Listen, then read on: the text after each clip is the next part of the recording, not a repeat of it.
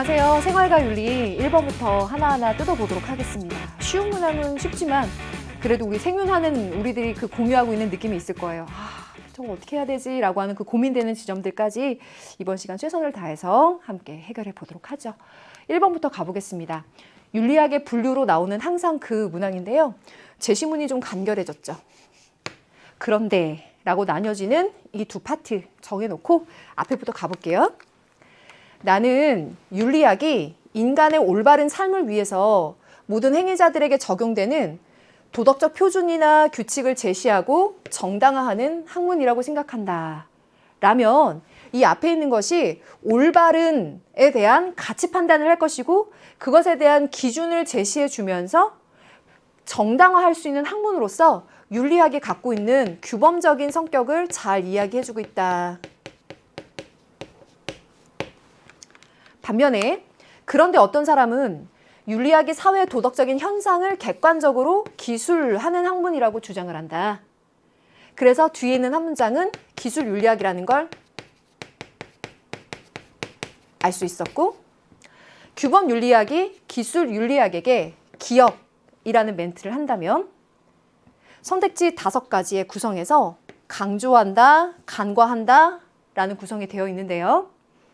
1번 선택지와 2번 선택지를 보시면 도덕적인 담론에서 논리적인 추론의 타당성 검증을 강조한다. 혹은 도덕적인 진술을 구성하는 도덕적 언어의 의미 분석을 강조한다 라고 했어요. 이 1번과 2번에서 강조하고 있는 내용은 공통적으로 메타 윤리학에게서 강조될 부분이죠. 그렇다면 규범 윤리학이 기술 윤리학에게 줄 수 있을 만한 멘트는 아니겠네요. 그래서 빼주도록 하겠습니다. 그럼 4번 가볼게요. 윤리학의 학문적 성립 가능성에 대한 비판적인 검토를 강조한다라고 했는데요. 여기까지 엮어봤을 때 윤리학이라고 하는 것이 학문적으로 성립 가능한지에 대해서 우리는 1번, 2번 내용을 바탕으로 한번 검증해 보겠어. 그래서 메타적으로 윤리학을 바라보고 있는 거죠.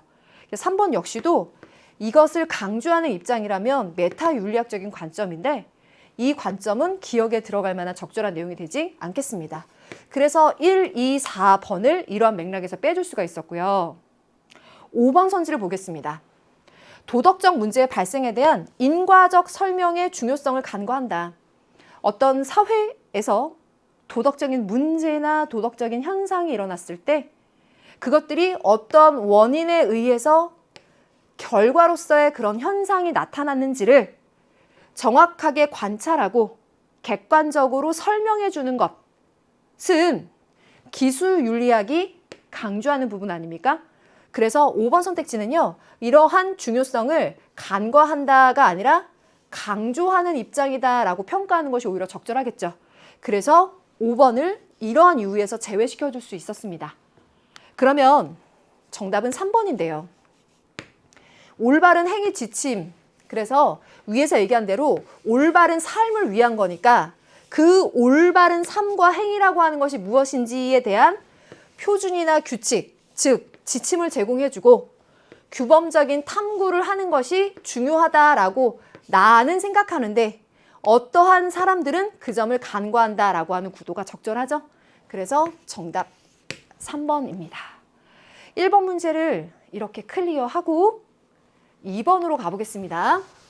갑을 사상가들의 입장으로 가장 적절한 것은 작년 평가원 문항부터 거의 자리를 잡은 것이 2번 문항에서 동양사상을 갑과 을로 엮어서 선택지 5개로 꾸리는 게 나오고 있는데요. 작년에 유교하고 도가가 엮였다가 도가하고 또 불교가 엮여도 그렇게 쉽지만은 않은 구성이었어요. 그래도 이게 상대적으로 작년보단 낫지는 않을까 싶은데 제가 이런 평을 하게 되는 게 작년 워낙 그 문제에 난도가 꽤 높았거든요. 오답률이 꽤 높았었어요. 수능 때 문제가. 그래서 이 문제를 보면서 그거에 비하면 다행인데 거기에 대한 맷집이 키워져 있지 않은 우리 현역들 입장에서는 고민했을 수도 있겠다라고 하는 지점들을 한번 짚어서 볼게요.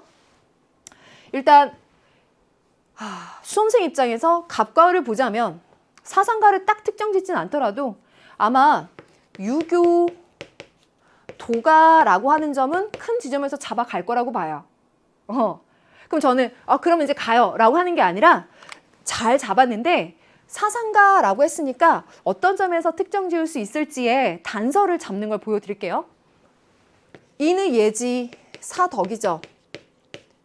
바깥에서부터 나에게 녹아들어온 것? 아니다. 내가 본래부터 지니고 있는 것이다 라고 했어요. 사덕이라고 하는 것은 인간의 본성이 선하다라고 말할 수 있는 요소인 것인데 그게 본래부터 갖고 있는 것이다 라고 했다면 여기에서 인간의 본성이 선하다라고 하는 것에 대한 학설적인 접근이 있을 수 있겠다라는 걸 유추할 수 있어요. 다만 생각하지 않을 뿐이야. 이 짧은 이 문장이 이게요. 비유 외삭 아야라고 해서 맹자의 고자 상편. 그러니까 이제 맹자와 고자가 인간의 본성이 원래 선한 거냐 그렇지 않은 거냐에 대해서 이렇게 논쟁하는 부분으로 윤사에도 많이 나오는 그 앞 뒤에 연결되어 있는 이야기인데요. 이제 여기서 그게 나온 거예요. 그래서 우리가 그걸 읽어냈거나 그 부분을 뭐 외워서가 아니라 갑 제시문 자체에서 인간에게 사덕이라고 하는 것이 내재되어 있는 요소다라고 하는 걸 얘기한다면 공자를 넘어서서 맹자로 가주라는 거죠. 요렇게요. 그럼 이걸 맹자로 가줬을 때 1번과 2번을 보면요. 저 먼저 2번 얘기해 볼까요?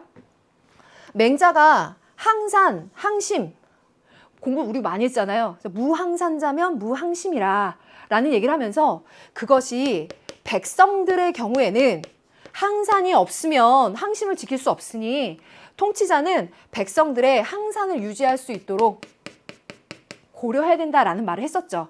그러면서 자 여기에서요. 주어가 백성이 아니라 군자라면 선비라면 요거 얘기가 달라집니다 라고 얘기했던 거 기억하세요? 네. 그러니까 백성들은 이 항산이 있어야 항심을 지킬 수 있지만 군자, 선비들은 그렇지 않다는 거예요. 그래서 이 문장대로 완결을 하려면 주어가 군자가 아니라 백성이어야 돼요. 그래서 맹자에게서 무항산자, 무항심이라고 하는 익숙한 개념을 끌어와서 2번이 틀렸다는 걸 판단했을 거예요. 근데 1번 선택지를 보면서 서의 실천을 통해서 진정한 인간다움을 이룰 수 있다라고 했어요. 진정한 인간다움, 인, 그리고 서가 나왔는데 사실 이건 유교의 시작, 공자 때부터 많이 언급을 했으니까 공자라고 풀어야 되나? 라고 혹시 살짝 고민했었다면 공자로부터 시작되는 그 이후에 지속되는 유교에서의 근본 정신, 지향점이라고 생각하시고 접근한다면 맹자가 공자의 사상을 따르고 있는 유교적인 입장에서 그 공자 때부터 강조하고 있는 인을 이루는 방법으로 추기급인하는 서의 방법을 강조했다라고 하는 거는 적절하게 유추할 수 있단 말이죠. 그래서 사실 여기에서 1번이 정답이 나온 거예요. 그럼 이제 1번을 한번 가볼게요. 여러분들이 문제를 푸는 순간 갑을 하고 이렇게 쭉 가겠지만 저는 지금 이제 분석하는 입장에서 설명드리는 거 잘 이해해 주시죠? 네. 을을 보니까 백성들로 하여금 꾀와 욕심이 없게 해야 된다. 꾀가 있는 자가 있다고 하더라도 감히 무언가 하지 못하게 해야 되고 무위하면 다스리지 못할 것이 없다. 상삼인 무지무욕해서 노자의 도덕경에 나오는 또 유명한 잘 나오는 앞뒤의 맥락들이 많이 노출되었었던 그런 부분이에요. 그래서 을을 보시면서 무지하고 즉 순수하고 소박하다는 얘기죠. 무욕한 백성들이 무위의 치를 통해서 소박하게 살 수 있는 형태. 자, 그게 어떠한 국가 형태에서 가능한가요? 나라는 작고 백성은 적은 형태입니다. 이걸 찾아내셨죠? 그렇다면 3번 선택지에서요. 무위의 다스림을 이룰 수 있다라고 하는 건 맞아요. 무위하면 다스리지 못할 것이 없다. 소국가민의 개념과도 맞아요. 하지만 앞부분 백성의 수를 늘리면이 아니라 과민은 백성의 수를 적게 한다. 적을 과자예요. 그래서 여기가 틀린 거. 잘 체크하셨죠? 그럼 또 4번을 가볼게요. 진정한 자유를 위해 만물의 근원인 도에서 벗어나는 것이 아니라 도에 따르는 삶을 살아야 되는 거니까 이 부분에서 빼주면 되겠다. 좋아요. 이렇게 해서 또 하나가 마무리 지어주고, 다섯 번째 선지, 갑과 을을 함께 엮었을 때 옳고 그름을 가릴 줄 아는 마음으로 사욕을 제거해야 된다. 삿되게 흐르는 욕구로서 사욕이라고 한다면 이 문항에서 봤을 때 이렇게 가주면 좋겠어요. 왜일까라고 하면 옳고 그름을 가릴 줄 아는 마음이라고 하는 게 갑과 같은 입장이라면 시비지심과 같이 옳고 그름을 가리면서 옳은 일을 지속적으로 수행하고 집의하고 호연지게 하면서 사욕을 극복하는 그런 형태가 될 수 있겠지만, 을의 경우에는 이 무지한 상태는요, 옳고 그름을 가리는 것보다는 오히려 순수하고 소박한 상태,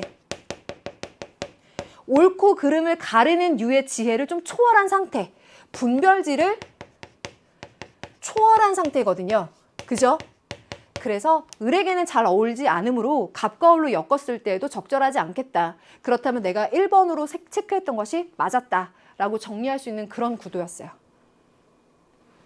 그럼 세 번째 문제 가볼게요. 담을 주장한 사상가 입장으로 적절한 것만을 보기에서 고른 것은 했는데요. 칸트도 계속 나왔고 공리주의도 계속 나왔고 덕윤리 이 부분이 한 번쯤 나오지 않을까 해서 이제 강조했었는데, 수능특강의 24쪽에 자르플러스 부분, 네. 자, 그 부분을 보셨다면 좀 더 도움이 되셨을 거고, 만약 그렇지 않은 상태라고 하더라도 이렇게 한번 접근해 보세요. 덕이라고 하는 거는요, 인간이 습득한 성질입니다. 타고난 성질이라기보다는 습득한 것으로 보는 것이고, 인간의 선을 성취할 수 있도록 하는데 필수적이다. 이것은 개인이 삶의 서사적 통일성 속에서 좋은 삶의 목적을 이해하는 능력이며 도덕적인 전통의 보존과 관련이 된다라고 하고 있어요. 그래서 덕 나오면 덕윤리인가 이렇게 접근할 수도 있겠지만, 우린 개념적으로 덕윤리, 맥킨타이어의 입장에서 덕윤리가 강조하는 도덕적인 전통의 보존, 이것이 그 공동체의 역사와 전통 속에서 어떤 것이 도덕적인 것인지에 대해서 우리가 습득할 수 있는 거. 그러다 보니 기억 선택지를 보시면 공동체의 선보다 보편적인 도덕 원칙을 더 중시해야 된다라고 했는데요. 오히려 공동체의 역사와 전통에 따르는 공동체의 선이 중요해요. 그리고 보편적인 도덕 원칙을 더 중시한다라고 하는 것이 적절하지 않은 것은, 이게 꼭 이분법적인 구도로 말씀드린 건 아니지만, 이러한 현대 덕윤리, 덕윤리가 나오게 되는 것은 그 이전에 근대의 윤리, 의무론적인 관점의 칸트나 공리주의적인 관점에서의 벤담과 같은 입장에서 이야기하는 것들이 굉장히 사람들의 수가 많아지고 여러 가지 일이 일어나는 그 가운데 그들에게 적용할 수 있는 보편적인 어떤 기준이나 원리는 무엇일까를 우리가 의문을 가졌을 때 거기에 답해 줄 수 있는 게 칸트의 도덕법칙, 공리주의의 최대다수의 최대이익이라고 하는 도덕 원리라는 거죠. 그래서 그 이전에 있었던 보편적인 도덕 원칙이 중시되어 왔지만, 그것들이 자칫 구체적이고 그 구체적인 상황과 맥락을 고려하면서 그 속에서의 감정과 관계들까지도 다 고려할 수 있는 이런 지점을 강조하는 덕윤리 입장에서 보자면 좀 추상적이라는 거죠. 이거 다 챙겨 놓으세요. 왜냐하면 이번엔 그래도 수월하게 맞췄어. 이게 끝이 아니거든요. 나중에 9월과 수능에 어느 지점에서 어떻게 훅 들어갈지 몰라요. 내가 이번에 그냥 얻어 걸렸다는 말, 얻어 걸리는 건 아니지. 그래도 실력으로 이게 맞겠다, 어떻겠다 분명히 내가 추리를 했지만, 그래도 좀 더 정확히 개념으로 탄탄하게 정리를 해두면 좋겠어요. 네. 그래서 기억번은 개념으로 틀렸다라고 일단 정리를 해줘야 돼요. 그럼 니은번, 개인은 공동체를 벗어나면 덕을 실천하는 방법을 배울 수가 없다. 위에 얘기했던 대로 공동체의 역사와 전통 속에서 그 속에 속한 내가 어떤 역할을 해야 되는지, 어떠한 덕을 지녀야 되는지에 대해서 배우니까요. 니은번은 맞는 진술이에요. 그렇다면 디귿번이요. 도덕 판단을 할 때 이 상황에서 어떻게 행동해야 옳은 거지? 라는 도덕 판단을 할 때 행위자보다 행위 자체를 중시하겠냐입니다. 이것도 이 기억 선택지와 제가 메모해드린 거랑 연결되는데요. 만약 이 도덕 법칙이나 원리 자체를 중시한다면요. 너의 행위 자체가 그 도덕 원리를 따랐는지 따져보자가 될 거예요. 행위 자체의 도덕 원칙을 준수했는지의 여부를 따져본단 말이에요. 그런데 덕윤리적인 관점에서는 그 행위 자체보다는 도덕적인 품성을 갖춘 그 사람이라면 이 상황에서 어떻게 행동할지 생각해보자예요. 그러니까 도덕적인 품성을 갖춘 그 사람, 그 행위자가 어떻게 할지에 대해서 주목하는 거죠. 그러니까 디귿 선택지는 맞지 않는 진술이에요. 이렇게요. 그럼 리을범, 개인의 도덕적인 정체성은 사회적이고 역사적인 맥락 속에서 형성되어야 된다. 자, 나라고 하는 것은 개별적으로 원자화되는 것이 아니라 이 공동체의 역사와 전통 속에서 누군가의 가족으로, 누군가의 구성원의 관계 속에서 사회적, 역사적 맥락 속에서 형성된다라고 하는 게 맞는 진술이죠. 그러다 보니까 니은하고 리을이 들어간 4번이 정답이 되는 거예요. 그리고 3점입니다. 그래서 이 3번 문항에 대해서 덕윤리를 꼼꼼하게 챙겨놨다면 수월하게 3점을 득점했다라고 생각했을 것이고 나 칸트나 공리주의는 엄청 열심히 했는데 덕윤리는 내가 최근에 기출문에서 못 봐가지고 그냥 못 챙겼어 하면 이 3점이 어렵게 느껴질 수도 있죠. 근데 앞으로 9월과 수능의 사인을 생각해 봤을 때 절대 놓치면 안 되는 부분 4번. 이 4번에서의 3점은 그래도 좀 내 득점 포인트를 만들 수 있는 베이스다 생각하지 않았을까 싶어요. 갑을 사상가들의 입장으로 가장 적절한 것이 무엇이냐라고 했는데 오온에 대해서 제대로 알지 못해서 해탈하지 못하면 생로병사에 대한 두려움을 넘을 수가 없다. 불교, 석가모니 입장 뭐 그렇게 정리하고 을은 삶과 죽음은 명이야. 대자연은 육체를 주어서 나를 이 세상에 살게 하며 삶을 주어 나를 수고롭게 하며 늙음으로 나를 편안하게 해주고 죽음으로 나를 쉬게 하는 그런 현해의 입장을 알려주는 거거든요. 그럼 위에서 불교, 밑에서 도가, 위에 석가모니, 밑에 장자 요 정도 잡고 선택지로 갈 수 있겠습니다. 1번 죽음은 오온의 해체다. 맞아요. 괴로움이 아니다. 틀려요. 죽음이라는 것 자체는 위에 이야기한 생로병사로서 4고 중에 하나입니다. 그래서 죽음은 괴로움이 아니다. 이것만 보더라도 맞지 않아요. 단 죽음은 오온의 해체다라고 하는 건 하나 챙겨두고 가는 거.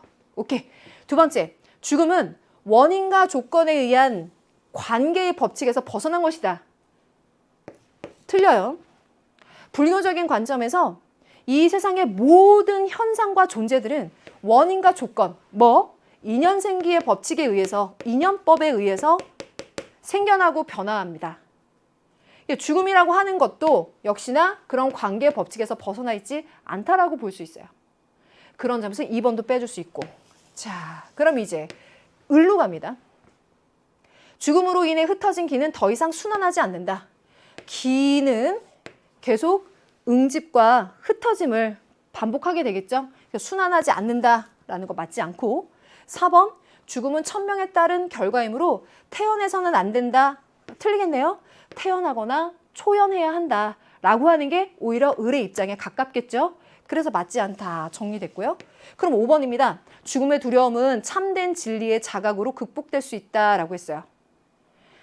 갑과 을의 입장에서 봤을 때 만약 죽음에 대한 두려움을 갖고 있는 사람이라면 그에게 사상적인 관점에서 참된 진리, 갑의 입장에서는 무상, 연기법, 진리를 깨닫는다면 집착을 버리고 해탈할 수 있다라고 하는 진리의 자각과 수행을 얘기해 줄 것이고 또 을의 입장에서는 삶과 죽음에 대해서 이 대자연의 흐름 안에서 이해를 하고 터득해야 되는데 그렇지 않고 분별적으로 사고한다면 죽음이 오히려 그렇게 두려울 수 있겠다. 그러니 죽음에 대한 두려움을 극복하려면 이런 진리에 대한 자각으로 극복될 수 있다라는 이 5번이 정답이겠죠? 그래도 꼼꼼하게 한번 설명을 붙여보려고 했는데 그래도 수월하게 잘 풀어내셨지 않을까 싶어요. 그럼 5번 가겠습니다. 갑의 사상가들의 입장을 나그림으로 탐구하고자 할 때 A부터 C에 들어갈 적절한 질문만을 보기에서 있는 대로 고른 것은 무엇입니까? 라고 했고요. 갑과 을의 주어가 시민불복종이니까 시민불복종으로 지금 나왔던 사람 롤스와 싱어 바로 연상하실 수는 있었겠지만 그래도 한번 따져봅시다. 을부터 가볼게요. 시민들의 정의관에 의해서 정당화된다라고 했어요. 자, 만약 누군가가 혹은 뭐 어떤 집단이 이 시민불복종을 해야 되겠고 그 시민불복종이 정당화되는지에 대해서 내가 한번 판단해 봐야 되겠다라고 한다면 시민들의 정의가 공유된 정의관에 의해서 판단하겠죠. 그래서 롤스이다라고 하는 말씀을 드리려고 하는 그 차원이 아니라 이걸 그대로 생각해 보시면요. 리을 선택지요. 시민불복종이라고 하는 건 공공의 선을 실현하기 위해서 하는 게 맞아요. 그렇죠? 근데 만약 어떤 이익 집단이 이 시민불복종을 통해서 이 불이한 어떤 법을 고치는 게 맞겠어 라고 한다면 그게 진짜 이익 집단만의 이익이 아니라 공동선과 합의를 할 수 있는지 공동선을 실현할 수 있는 방향으로 갈 수 있는지는 공공의 정의관에 근거해서 판단해 봐야 되는 것이고 그것에 근거해서 판단해 봤을 때 허용될 수도 안 될 수도 있겠죠. 즉, 그 허용 여부의 기준은 공공의 정의관에 있다라는 거죠. 그러니 뭐 이런 앞에 있는 부분이 조금 낯설을 수도 있겠지만 제가 그냥 생각하고 분석하기로는 출제 선생님 입장에서 을과 같은 부분에 이런 문장을 쓰는 게 그냥 롤스인 걸 알려주기 위해서뿐만이 아니라 이러한 기본적인 내용을 바탕으로 리을 선택지 같은 부분을 판단할 수 있게끔 넣은 것이 아닐까 싶어요. 그래서 리을번이 일단 맞아야 돼요. 롤스 한 김에 롤스 다시 한번 갈게요. 디귿번. 시민불복종은 정의로운 법을 제정할 절차가 불완전하여 발생할 수 있는가? 맞죠? 롤 선생님이 생각했을 때 시민불복종이 일어나는 것은 거의 정의로운 사회라고 했어요. 그렇다면 왜 이걸 우리는 거의 정의로운 사회라고 하는가? 우리가 공공의 정의관, 정의의 원칙에 의해서 헌법을 제정하고 그것에 의해 사회 질서가 유지되는 사회를 거의 정의로운 사회라고 한다. 그리고 이 사회에서 시민불복종이 일어나는 것이 맞다. 그런데 이 사회가 완벽하게 정의로운 법이나 완벽하게 정의로운 절차를 보장한다라는 것은 아니다. 그런 걸 찾기 어렵다라는 거야. 완벽하게 정의로운 절차를 찾기는 어렵다. 그러니 우리가 거의 정의로운 사회라고 하는 이 곳에서도 다소 불이한 법이라도 지켜야 하는 자연적 의무가 존재하나 그 중에 불의의 심각성이 매우 심한 경우 정의의 원칙에 위배되는 불의의 심각도가 매우 심한 경우에는 시민불복종이 일어날 수 있다는 거죠. 그러니 이 거의 정의로운 사회에서 이런 류의 시민불복종의 대상이 될 수 있는 매우 심각하게 불의한 법이 발생할 수 있다. 그 이유는 완벽한 절차를 찾는 것은 어렵기 때문에 이런 류의 흠결은 있을 수 있다라는 거죠. 그래서 디귿번도 맞는 거예요. 네. 그래서 롤스에게 지금 두 가지를 물어보는 구도여가지고 롤스 먼저 해결을 해봤어요. 그럼 앞으로 가서 싱어 가보겠습니다. 시민불복종은 법의 부당함을 다수에게 강요하는 행위냐라고 했는데요. 아주 많이 나온 선택지는 아니지만 시민불복종이라고 하는 것이 다수에게 이 법이 부당하다라고 하는 것을 강요하거나 두 번째 거 민주주의적 결정을 해치려고 하는 게 아니다. 오히려 니은부터 보시면 민주주의적인 결정을 복원시켜서 민주적인 방법으로 이 사회 정의를 실현하기 위한 운동이죠. 그러다 보니 다수에게 강요하는 행위는 아니라고 봐요. 그래서 기역번은 틀렸고 니은번은 맞는 거. 그래서 니은, 디귿, 리을 들어가는 5번 선택지를 정답으로 골라주시면 되거든요. 근데 1페이지에서 5번에 이 3점이라고 하는 거는 여러분들 4번에서 3점 득점한 거에 비해서 꽤 헤비했을 거예요. 고민 좀 했었을 부분이 있을 수 있습니다. 근데 이 부분을 맞췄다면 너무 잘했고 앞으로 9월과 수능 생각해 봤을 때 꼼꼼히 챙겨놔야 되겠다라는 생각이 들어서 이거 하나 준비했어요. 절대 부담 드리려고 하는 거 아니고 외워라, 뭐 텍스트를 다 읽어봐야 된다 이런 뜻 아닙니다. 그저 자, 이러한 배경에서 내용이 구성되었구나라고 하는 걸 제 입으로 나오는 그 워딩 자체가 아니라 정확한 텍스트에 근거해서 한번 알려드리고 싶은 그런 의도입니다. 참고용으로만 봐주세요. 이 부분 읽어볼게요. 법에 불복종하는 것은 다수를 강제하려는 시도가 아니다. 그 대신에 그것은 다수에게 알리려는 시도이거나 혹은 많은 유권자들에게 그 문제에 대해서 매우 심각하게 생각하고 있음을 의원들에게 설득하려는 것이거나 관료들에게만 맡겼던 문제에 대해서 국가적인 관심을 촉구하거나 너무 서둘러 내려진 결정에 대해서 재고를 호소하는 거다. 따라서 시민불복종이라는 건 합법적인 수단이 실패했을 때 이런 목적들을 달성하기 위한 적합한 수단이 된다. 그래서 이 정도가 선택지에서 나왔던 것에서 이제 좀 이런 부분까지 간 거죠. 그러면서 다수를 위협하거나 다수를 강제하지는 않기 때문이다라는 언급을 하고 있어요. 그리고 시민불복종을 하는 사람들은 자신들의 항의의 진지성과 법의 통치 및 민주주의의 기본 원칙들에 대한 자신들의 존중을 명백히 함으로써 이 부분 민주주의적인 의사결정을 좌절시키기보다는 복원하려는 시도이기 때문이다. 어떠세요? 그래서 이 부분을 보시면 앞에 나왔었던 특히나 여러분들이 고민했을 수 있는 롤싱어에 관련된 선택지를 한 번 더 자료를 통해서 확인했다. 좀 불안함이 가셨다. 그렇게 됐으면 좋겠어요. 그리고 이 롤스에 관해서 혹시 지급번 같은 거를 혹시 놓친 친구들이 있다면 기출문제를 보여주고 싶어요. 19학년도에 9월 19번. 제시문이요.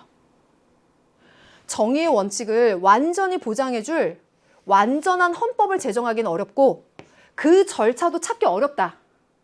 또한 헌법에 따라 제정된 법이 정의로운 것이기를 보장해줄 완벽한 절차도 존재하지 않는다. 이런 한계로 인해 헌법이 정의로우며 그로부터 이익을 받고 또 받을 예정이라면 우리는 다수자가 제정한 법이 부정하다 할지라도 그에 따라야 될 의무를 갖는다. 그래서 그런 류의 부담이 너무 크지 않다면 우리는 그 부담을 함께 져야 될 의무를 갖는다는 거예요. 그래서 자연적 의무를 이야기를 하죠. 하지만 대체로 질서 정연한 사회 안에서 정의 원칙에 어긋나는 법이 만약 그 정도가 심각하다면 시민불복종을 고려하게 된다는 거예요. 그러니 정치적인 절차는 완전히 정의로운 법의 제정 보장할 수 없다.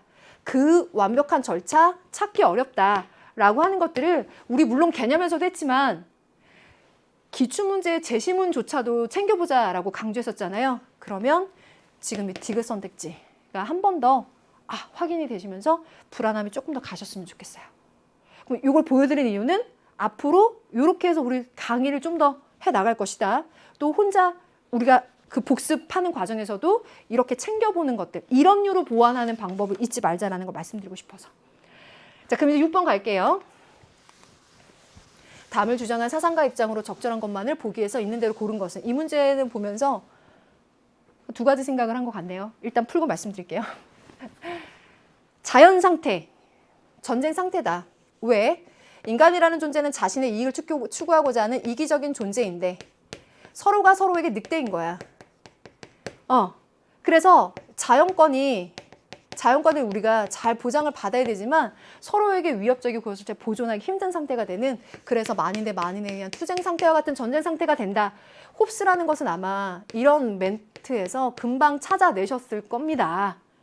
그러다 보니 홉스가 생각하는 그 자연 상태에서는 소유 문제를 얘기할 때도 내 것과 네 것의 구별을 하기 어렵죠.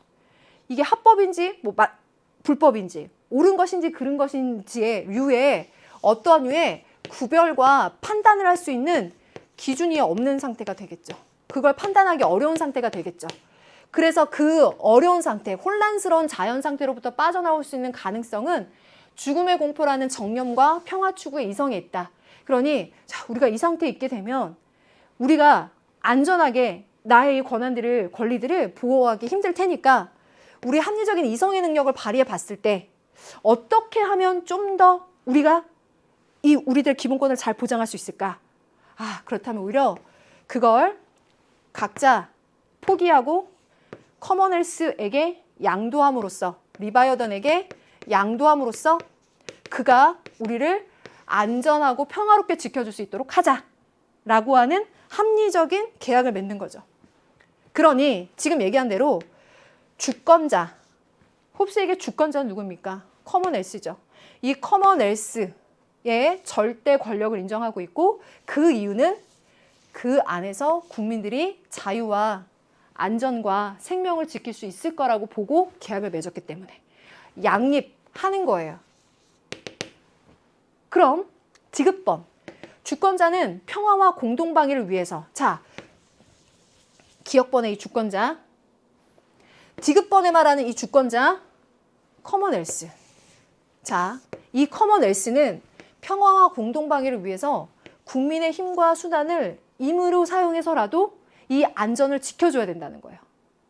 그래서 그가 절대 권력을 갖고 있고 우리는 그것을 따라야 된다라고 보는 것이 논리적으로 통하는 거죠. 기역과 디귿이 맞는 얘긴데요. 니은번이요. 자연 상태를 얘기해주고 있죠.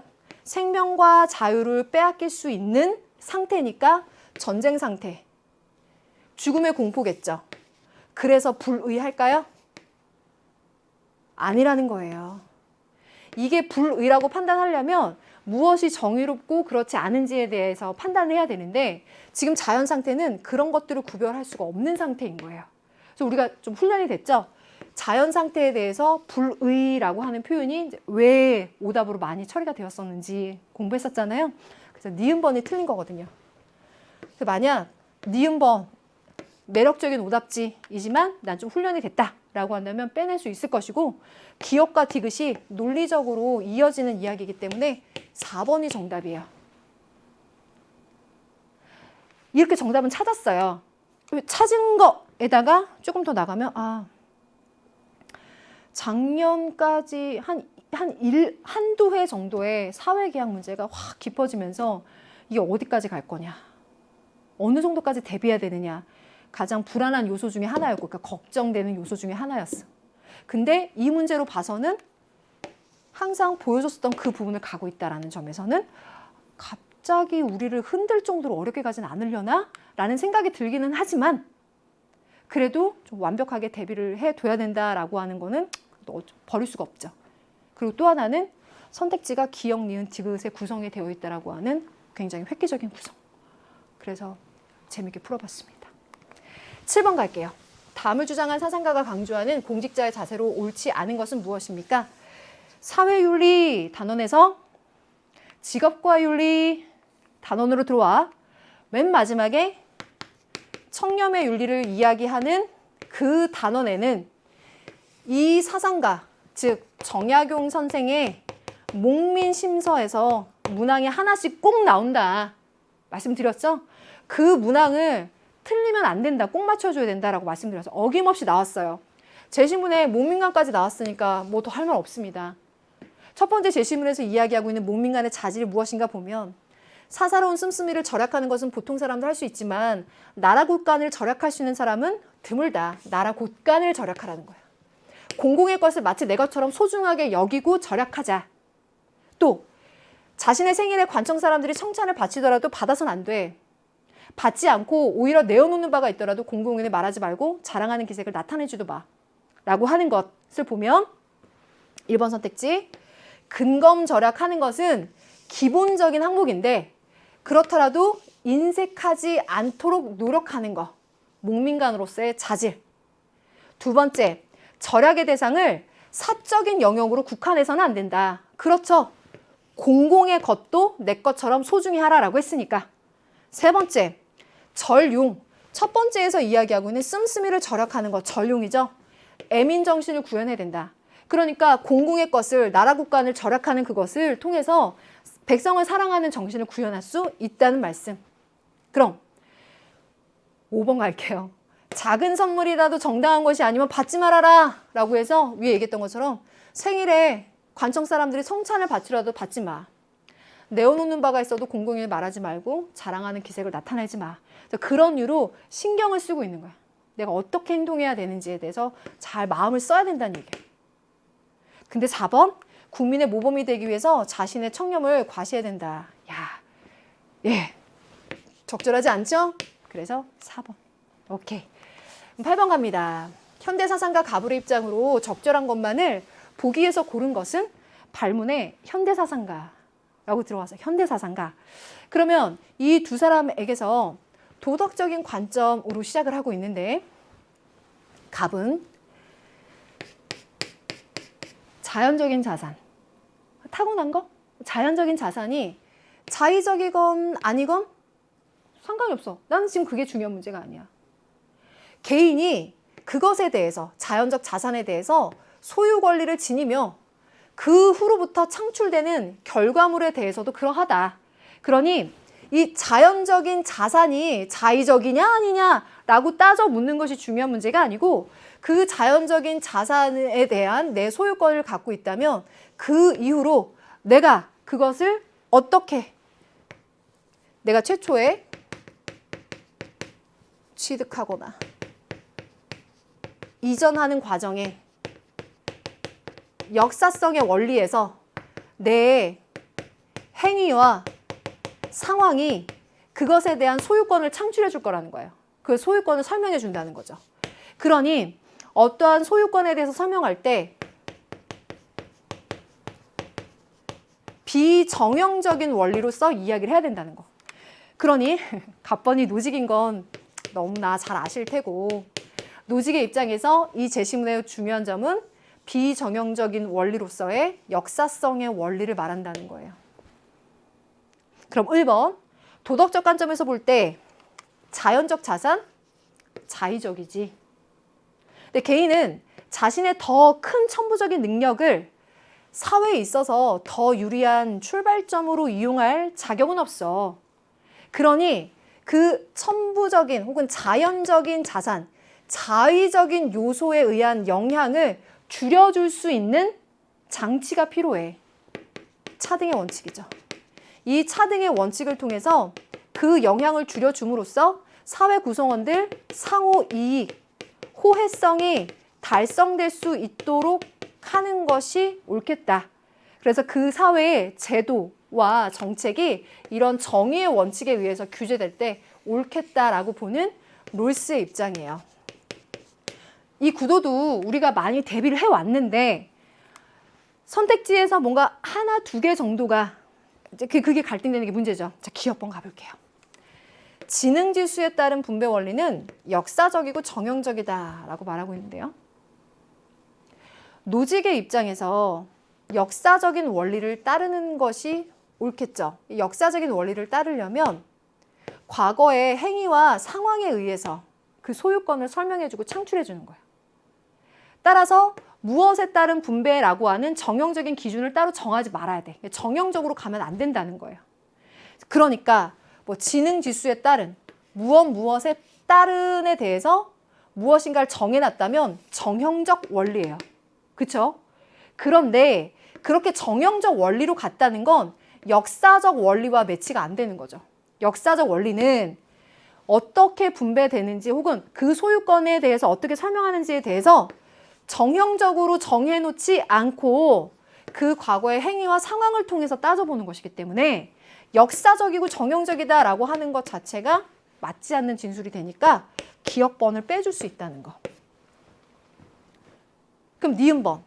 사유재산을 소유할 권리는 제1원칙에 의해 평등해야 한다. 이거는 훈련 많이 해서 사유재산을 소유할 권리는 기본적인 자유들의 열거된 내용 중에 하나죠. 그거 외에 시험에 나왔던 것들 중에 하나가 공직을 가질 자유, 종교의 자유와 같은 것들이 나왔었잖아요.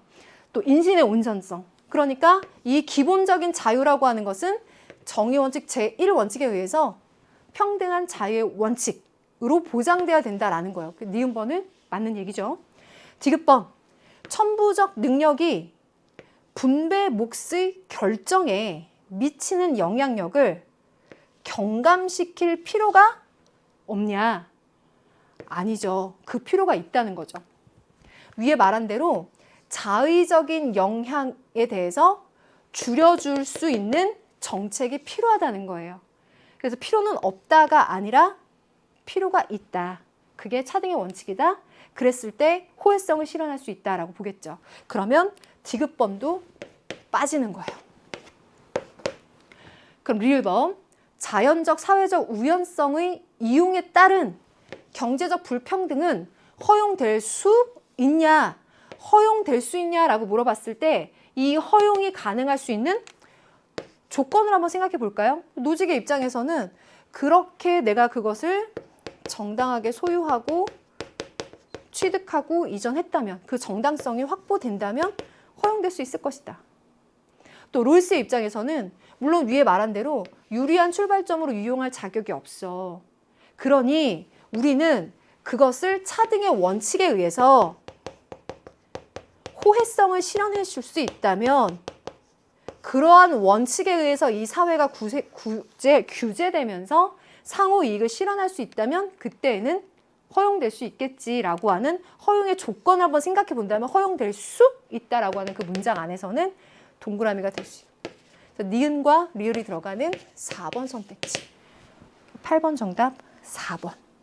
오케이. 9번.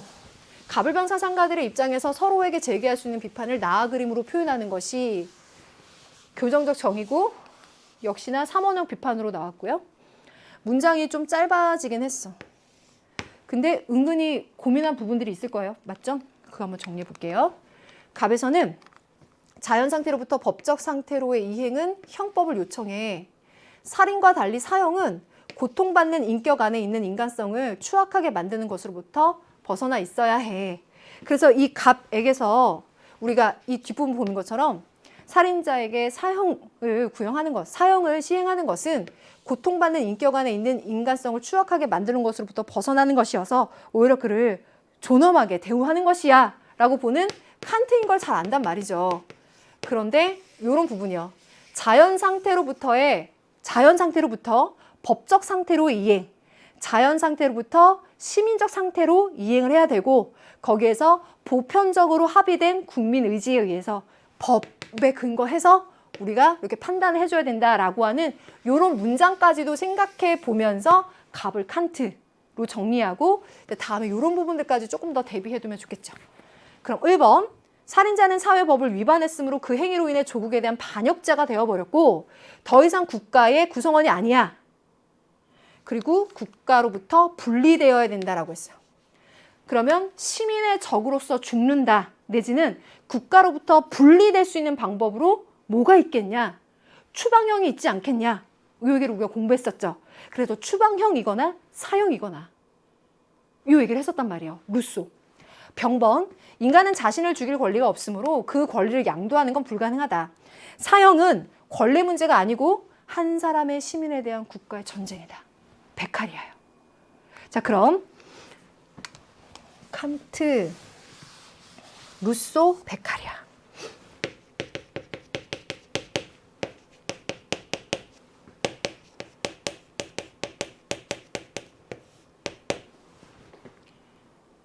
(1번) A. 칸트에게서 나가는 언급이에요. 범죄 사실 자체를 근거로 형벌을 부과해서는 안 됨을 간과한다라고 했는데요. 칸트 입장으로 맞지 않겠죠. 자, 칸트에게서 우리가 지금까지 응보주의 이야기하면서 응보, 응당한, 보보 이런 선택지를 많이 봤어요. 근데 제가 이 개념 설명하면서 응보라고 하는 게 네가 벌을 받아야 되는 이유? 그건 네가 범죄를 저질렀기 때문에 범죄를 저질렀다는 그 사실, 그 범죄라는 사실 그 자체로 형벌을 받는 거야 라는 입장이라 그랬죠.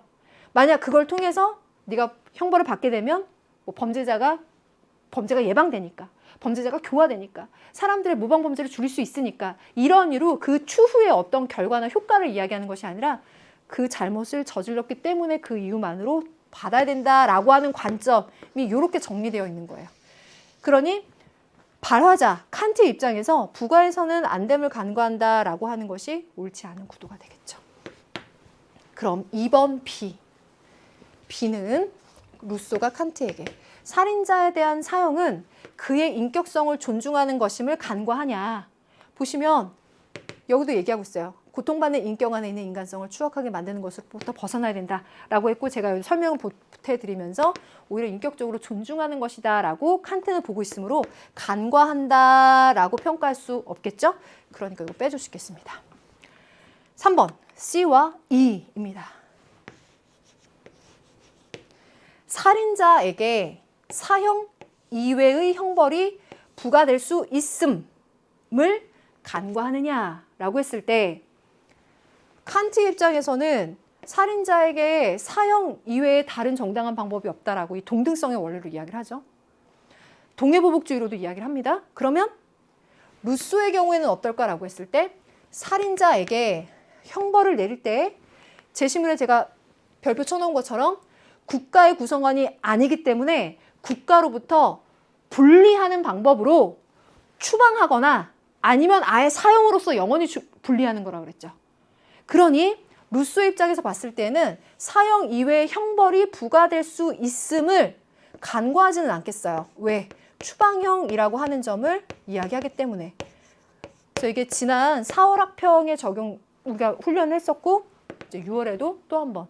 그래서 이게 평가원 기출을 보면 새로울 수 있고 이제 이런 점을 우리가 어느 정도 좀 생각을 하고 대비를 해왔었는데 반영이 됐으니까 앞으로의 시험에도 잘 대비를 해야겠죠. 그럼 4번 T.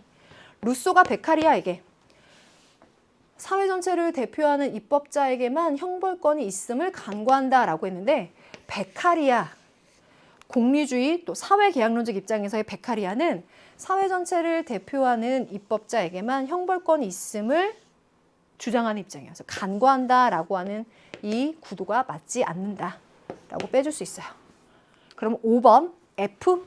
칸트가 베카리아에게 살인자에 대한 사형이 사회계약에 포함될 수 있다라고 칸트는 볼 수 있어. 제시문에서 얘기했던 것처럼 자연 상태로부터 법적 상태, 자연 상태로부터 시민적 상태로 이행하는 사회계약을 이야기할 수 있고 그 사회계약을 통해서 형법을 요청하는 거예요. 그런 형법에 근거해서 보편적으로 합의된 국민의지, 형법에 근거해서 봤을 때에는 살인을 저지른 사람에게는 사형을 부과하는 것이 옳다라고 본다는 거예요. 그렇죠? 그러니까 살인자에 대해서 사형을 하는 것이 사회계약에 포함될 수 있다라고 칸트는 생각할 것이고 베카리아는 사회계약에 있어서 시민들의 생명 박탈권을 국가가 갖는다라고 하는 것이 나는 옳지 못하다라고 본다라는 입장에 있을 테니까 5번과 같은 구도가 정답이라는 거예요. 그래서 이 문제가 원래도 쉽지만은 않고 3원형 비판이라는 형식에다가 제가 그 얘기도 종종 하죠. 우리 수험생들 입장을 아니까 피부로 느끼니까 정답이 5번에까지 가 있으면 시간이 많이 걸려요. 그런 의미에서 난도가 쫙쫙쫙쫙 올라가는 문제라고요. 그런데 이번 문제에서는 이런 3번을 혹시 놓쳤던 동지님들 혹은 5번과 같은 내용을 맞추기는 맞췄는데 칸트에게서 이렇게 엄밀히 좀 생각해보지 않았다면은 이번에 좀 꼭 챙겨두고 9월과 수능까지 대비해주면 좋겠어요. 지난 기출부터 해서 칸트에게서 이런 입장들을 정리해두면 좋겠습니다. 자, 좋습니다. 10번 가볼게요. 그림의 강연자가 지지자 입장으로 가장 적절한 것은 무엇입니까? 라고 했는데 이번 문항 중에서 텍스트가 가장 그래도 긴 편인 것 같아요. 그리고 읽어보니 챙겨봐야 될 것들이 꽤 있어요. 일단 문화산업 이야기하니까 아도르노와 호르코헤모의 계몽의 변증법 그 얘기일 텐데 뭐 그것 자체를 우리가 외우진 않는다고 하더라도 이 제시문 속에서 충분히 잘 설명을 해주고 있어요. 그래서 한번 같이 읽어보도록 하죠. 문화산업은 소비자의 욕구가 실현될 수 있는 것처럼 선전하지만 그 욕구는 문화산업에 의해 사전 기획된 거예요. 문화산업의 공식 목표는 하자 없는 완전한 여러분들 규격품을 만드는 겁니다. 그래서 인간을 재생산하는 거예요. 세상에 나타나고 있는 모든 것에는 문화산업의 인장이 찍힙니다. 문화산업의 기획자들은 소비자들을 기만합니다. 그들을 소비를 위한 단순한 객체로 만드는 겁니다. 주체가 아니에요. 주체적이고 비판적인 그런 이유로 문화를 향유한다라고 보지 않아요. 문화상품의 수용 과정에서도 예술작품의 사용 가치는 교환 가치에 의해서 대체됩니다. 하지만 정신은 예술의 잘못된 보편성으로부터 벗어나서 진정한 보편성에 충실하고자 합니다. 정신의 진정한 속성이라고 하는 건 사물화, 여기 선택지로 또 나오죠. 사물화에 대한 부정입니다. 정신이 문화상품으로 고정되고 소비를 위한 목적으로 팔아넘겨지면 정신은 소멸할 수밖에 없습니다. 이거 원래 글 가지고 국어 영역 제시문 써도 되겠다라는 생각하면서 하나하나 뜯어보면서 봤는데요. 물론 우리 수험생들 입장에서 이걸 그만큼의 온도로 보지 않았다고 하더라도 그래도 한번 챙겨봅시다. 아도르노가 생각하는 문화산업이라고 하는 건 이렇게 규격품을 만들어내는 거죠. 그래서 인간을 재생산해내는 것이고 이 과정에서는 상품이 표준화되는 거예요. 다시 한번 규격품을 만들어내는 거니까 표준화가 돼버려요. 그러니 문화산업의 표준화 가능성을 약화하는 게 아니라 더 강화시키고 있죠. 3번 선택지 가볼게요. 문화산업은 대중문화에 대한 소비자의 주체성을 훼손하냐? 제가 지금 여기 했죠. 주체성 훼손합니다. 비판적으로 이것을 접하는 것보다는 오히려 만들어진 것을 그대로 소비하게끔 만들어진 판 안에서. 그래서 물론 이 문화산업을 만들어내는 소비자들이 식상하지 않기 위해서 여기에다가 뭔가 어떤 개성의 요소들을 넣을 수는 있어. 어떤 차이, 개성들을 만들어낼 수는 있지만 이건 사회비 개성이라 그래요. 진짜는 아니라는 거야. 그래서 주체성을 훼손한다라는 게 맞는 진술입니다. 그럼 2번, 문화산업은 사물화를 거부하는 정신의 속성을 강화한다라고 했는데요. 사물화를 거부하는 정신의 속성을 가져야 되는데 잘못된 보편성으로부터 벗어나서 진정한 보편성에 충실하고자 해야 되는데 정신의 진정한 속성은 사물화된 부정인 건데 정신이 문화상품으로 고정되고 소비를 위한 목적으로 팔아넘겨지면 정신은 소멸된다는 거예요. 그러니까 문화산업이나 어떤 아름다움에 대해서 판단할 때 그것에 대해서 이 사람들이 주체적으로 뭔가를 판단할 수 있게끔 하는 것이 아니라 금전적인 가치, 경제적인 가치에 의해서만 이렇게 판단되니까 이게 그런 의미에서 잘못된 보편성으로 이제 가게 된다는 거죠.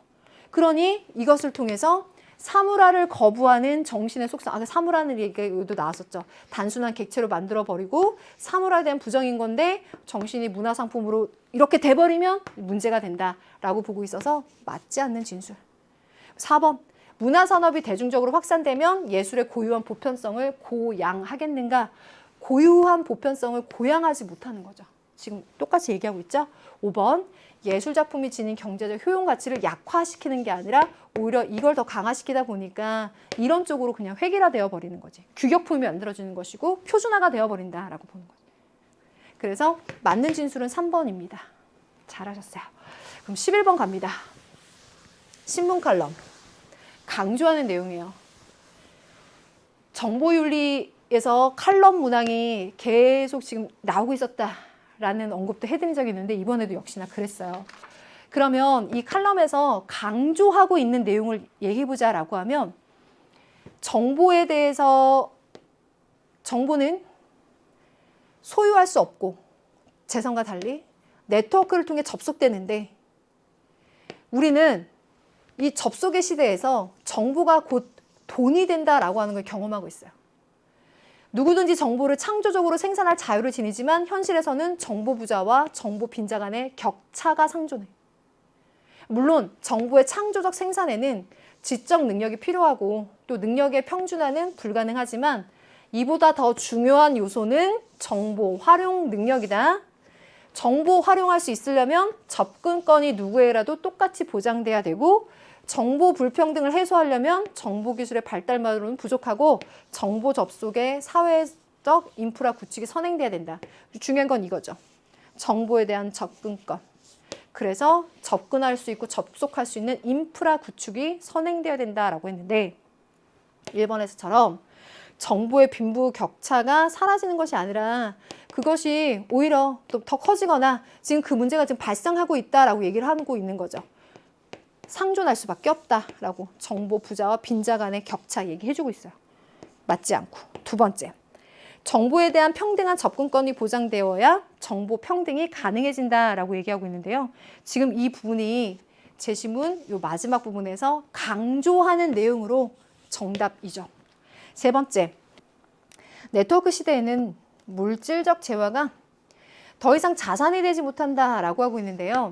위에 부분에서 이야기해주고 있는 맥락으로 보자면 정보라고 하는 것이 물질적인 재산과 달리 소유할 수 없는 것으로 새로운 자산으로 자리매김하고 있다라는 것이지 물질적 재화가 더 이상 자산이 되지 못한다라는 이야기를 강조하는 건 아니란 말이죠. 그럼 4번, 정보를 창조하는 지적 능력이 정보 활용 능력보다 더 중요하다라고 했는데 위에 있는 이야기를 보니까 지적 능력이 필요하고 또 능력의 평준화는 불가능하긴 하지만 더 중요한 요소는 정보 활용 능력이다라고 말하고 있죠. 5번째, 정보를 생산하는 능력이 평등해야 정보의 불평등이 극복된다라고 했는데요. 위에는 이야기를 보니까 정보에 대한 접근권 부분을 강조해주고 있어요. 또 인프라 구축. 그래서 가장 적절하게 강조하고 있는 건 2번이다라고 하는 건 제시문을 통해서도 정확히 정리가 됩니다. 그럼 12번 갑니다. 오랜만에 의식주 윤리에서 음식 파트의 문항이 나왔어요. 가나의 입장으로 가장 적절한 것은 이라고 해서 가와 나의 입장만을 생각하시면 되지 여기에 대한 어떤 사상가를 고민하지 않으셔도 됩니다. 그렇죠? 가는 좋은 음식은 탐을 내고 맛없는 음식은 찡그리고 종일 먹어도 음식이 생겨난 바를 모르는 것은 어리석은 일이다. 덕 있는 선비는 배불리 먹을 타령을 금해야 한다라고 하고 있어요.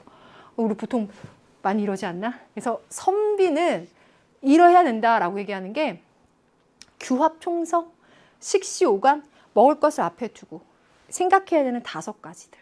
이런 걸 이야기하는 뭐 유교적인 덕목이다라고 해도 되겠고 보니 선비라고 하는 이상적 인간상이라면 배불리 먹을 타령을 금해야 된다라고 하는 점에서 1, 2번 선택지 먼저 해결해도 될까요, 여러분들?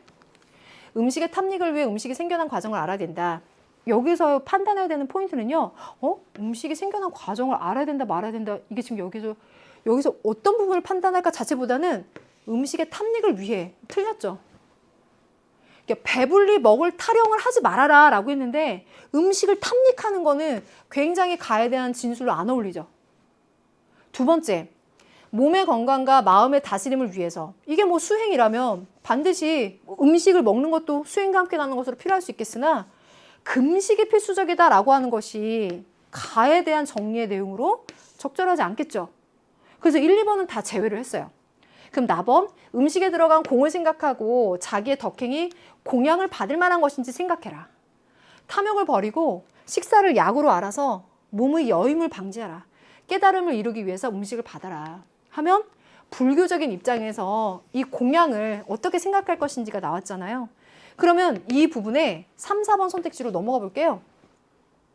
음식이 지닌 윤리적 가치보다 영양적인 가치를 더 중시해라 라고 했는데 이걸 근거로 판단해 보시면 어떻겠어요?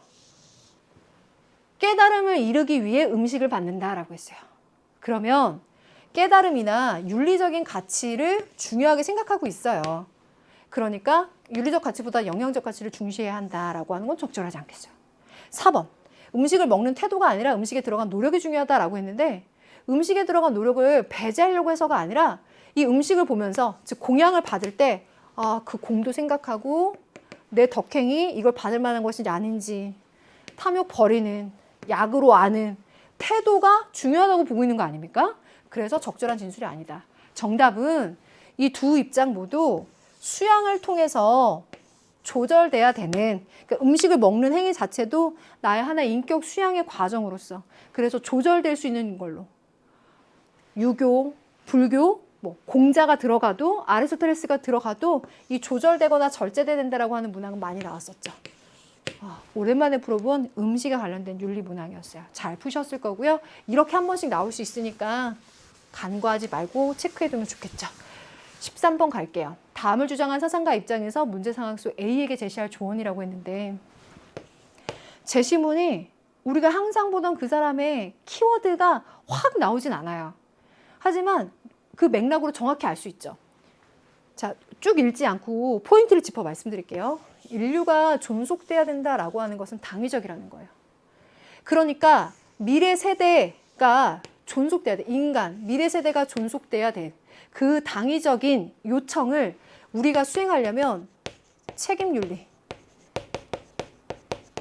요나스의 책임윤리적인 접근을 이야기하고 있죠.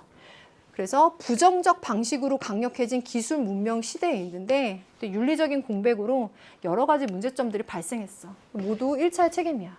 현재 우리 손에 달려있는 지구의 생명은 그 자체로 우리의 보호를 요청할 권리를 갖고 있어. 미래 세대에게도 해당이 돼. 그러니 그 미래 세대에 대해 인간, 자연에 대해서 우리가 책임의 범위를 확대해야 된다라는 이야기인데, 문제 상황은 A는 핵분열을 유도할 수 있는 지식과 기술의 권위자. 정부로부터 핵무기 개발을 요청받았는데 이걸 개발해야 될 것인지 말 것인지 고민을 하고 있다 라고 하면, 제가 2번부터 말씀드릴게요. 과학기술의 장기적 결과의 위험성보다 단기적 효과를 생각해라. 아니죠. 위에 말한 대로 인류의 존속이라고 하는 그 명제를 달성하기 위해서는 장기적 결과의 위험성을 자각하고 공포의 발견술 해야 됩니다. 그러니 단기적 효과를 생각하라라고 하는 것은 적절하지 않는 진술. 세 번째, 객관적 사실을 다루는 과학기술이 윤리의 나침반임을 생각하라라고 했는데, 제가 위에 말씀드린 대로 이러한 유의 윤리적인 공백 문제가 발생했고, 그래서 새로운 생태학적인 정원 명령이 요청되는 것은 이 윤리가 오히려 기술의 방향성을 알려줘야 되겠죠. 그러니 맞지 않는 진술. 네 번째, 환경 파괴는 과학기술의 발전을 위한 불가피한 대가임을 생각해라 라고 했는데, 그런 불가피한 대가라고 받아들이기보다는 이런 환경 파괴가 일어나지 않도록 미래 세대와 자연에게 우리가 어떤 책임을 져야 되는지, 사전적이고 예견적인 책임을 어떻게 져야 될지에 대해서 숙고해보고 실천해야 된다고 말할 겁니다. 다섯 번째, 도구적인 이성이 과학기술의 개발과 활용을 주도해야 한다라고 보지 않을 거예요. 이런 도구적인 이성으로 인해서 자연과학 발전시켰고 그 폐해가 이렇게 발생하고 있는데 그것들을 극복해야 된다라는 것이니까 맞지 않는 진술이고, 정답을 1번으로 정리해보면 인류가 존속해야 되는 건 당위적이라는 거예요. 그러려다 보면 도구적인 이성, 과학기술의 개발, 활용 이걸 주대하는 것보다는 오히려 이 과학기술의 힘을 억제하는 것이 필요할 수도 있겠다는 거예요. 공포의 발견수를 통해서. 정답 1번입니다. 이게 어렵게 낼 수 있는 요소들도 갖고 있는 그런 요소인데, 제시문과 이런 선택지의 부분에서 요나스에게서 항상 나오던 그런 단어들이 안 들어가서 살짝 어렵게 느껴질 수 있을 것 같아요. 좀 꼼꼼히 봐둬야 될 문제. 14번. 가벨 사상가들의 입장으로 적절한 것만을 보기에서 고른 것은? 해외 원조 주제죠. 갑번은 그 원조가 고통받는 사회들을 대상으로만 한다라고 하고 있고, 그들의 원조의 목표는, 그들을 원조하는 목표는 고통받는 사회가 질서정연한 국제사회 구성원이 되도록 하는 거, 거기까지만. 그래서 이러한 목표나 차단점을 넘어서면 원조는 더 이상 필요하지 않다라고 보는 롤스 입장. 1번은 절대 빈곤은 매우 나쁜 것이고, 이거 중요한 얘기예요. 우리에게 그에 상응하는 도덕적으로 중요한 일을 희생하지 않고 절대 빈곤을 감소시킬 수 있는 힘이 있다면 인류 복지의 최대화를 위해서 우리는 마땅히 그렇게 해야 된다라고 했어요. 그러면 롤스와 싱어의 구도 중에서 롤스가 생각했을 때 원조의 대상이 되는 사회는 이 고통받는 사회들이죠. 이 고통받는 사회들이라고 하는 것은 롤스가 만민법에 의해서 분류하고 있는 5가지의 사회 체제 분류 중에서요, 인권이 실현되지 않은 사회들 2가지, 그 중에 무법국가와 불리한 여건의 사회가 있어요. 근데 이 중에 무법국가, 아웃로우 스테이트라고 하는 것은 공격적이고 팽창적인 사회다라고 했었죠. 이거 수능 특강에 옆에 날개 나와있기도 하고 우리 개념부터 열심히 했어요, 그죠? 이런 사회는 자원이 부족해도 원조 대상이 아니다라고 했습니다. 자, 보세요. 롤스 생각했을 때 원조 대상이라고 하는 것은 자원이 부족하냐 어쩌냐의 문제가 아니라 정치 문화적인 전통에 결핍된 사회여야 돼. 그래서 고통받는 사회가 그 원조의 대상이 되는 건데, 그 고통받는 사회라고 하는 것은 인권이 잘 보장되지 않고 실현되지 않는 그런 사회이기는 해. 그런 사회가 2가지가 들어가긴 하지만 그 중에 무법국가라고 하는 것은 인권이 실현되지 않은 사회이지만 팽창적이고 공격적인 국가여서 이 만민법에 의해서 그 대상으로 삼지 않는다는 거예요. 원조 대상이 아니다라고 본다는 거예요. 이제 싱어로 넘어가요. 절대 빈곤의 감소를 위한 원조는 예외 없는 도덕적 의무냐. 도덕적 의무인 건 맞지만 예외 없다고는 할 수 없다. 왜? 위에 얘기한 이 단서대로 그에 상응하는 도덕적으로 중요한 일을 희생하지 않고 절대 빈곤을 감소시킬 힘이 있고, 그래서 비용 대비 혜택의 분석에서 봤을 때 이 원조가 타당하다라고 판단되는 경우에는 원조가 정당성을 갖겠지만, 그렇지 않다면 예외가 있을 수 있겠죠. 그러니 니은번 예외 없는 이라고 하는 것은 맞지 않습니다. 디귿번 원조는 이익평등 고려의 원칙에 따른 전 지구적 의무다. 싱어에게서 이 정도의 문장이라면 당연히 맞는 얘기죠. 공리주의적 관점, 이익평등 고려, 비용 대비 혜택, 결과적인 이익을 고려한다. 맞는 이야기. 세계시민주의적이고 지구적인 의무다. 다 맞아요. 그러면 리을번 원조 대상의 경제력은 원조 결정의 고려사항이 아니다라고 했는데, 이 문장에서는 특히 싱어를 생각해 봤을 때 원조를 결정하는 데 있어서 원조 주체와 원조 대상 모두에게 이익이 될 수 있게끔 그 결과 부분을 생각해 봐야 돼요. 그 이유도 이렇게 써주고 있죠. 그리고 보니 원조 주체뿐만 아니라 원조 대상에 되는 경제력도 역시 한번 고려해 보는 것. 그래서 이 원조가 더 많은 혜택을 창출할 수 있는 것인지에 대해서 고려해 봐야 되겠죠. 근데 아니다라고 했으니까 틀리다는 거예요. 그래서 정답은 기역 디귿 들어가 있는 2번입니다. 잘하셨어요. 그래서 이 부분이 지금 말씀드린 대로 수능 특강에 옆에 날개에 자료로도 있고 개념으로도 했었어요. 그래도 한 번만 더 보여드리면, 이것도 역시 부담은 갖지 마세요. 만민법이라는 저서예요. 거기에서 세계를 5가지로 분류해요. 합당한 자유적 국민들, 적정 수준의 국민들, 이렇게 나눠요. 그리고 세 번째는 무법국가, 아웃로우 스테이트, 불리한 여건의 사회들, 이렇게 나눕니다. 그리고 5번째가 자해적 절대주의 체제 하고 페이지가 넘어가는 요 부분인데요.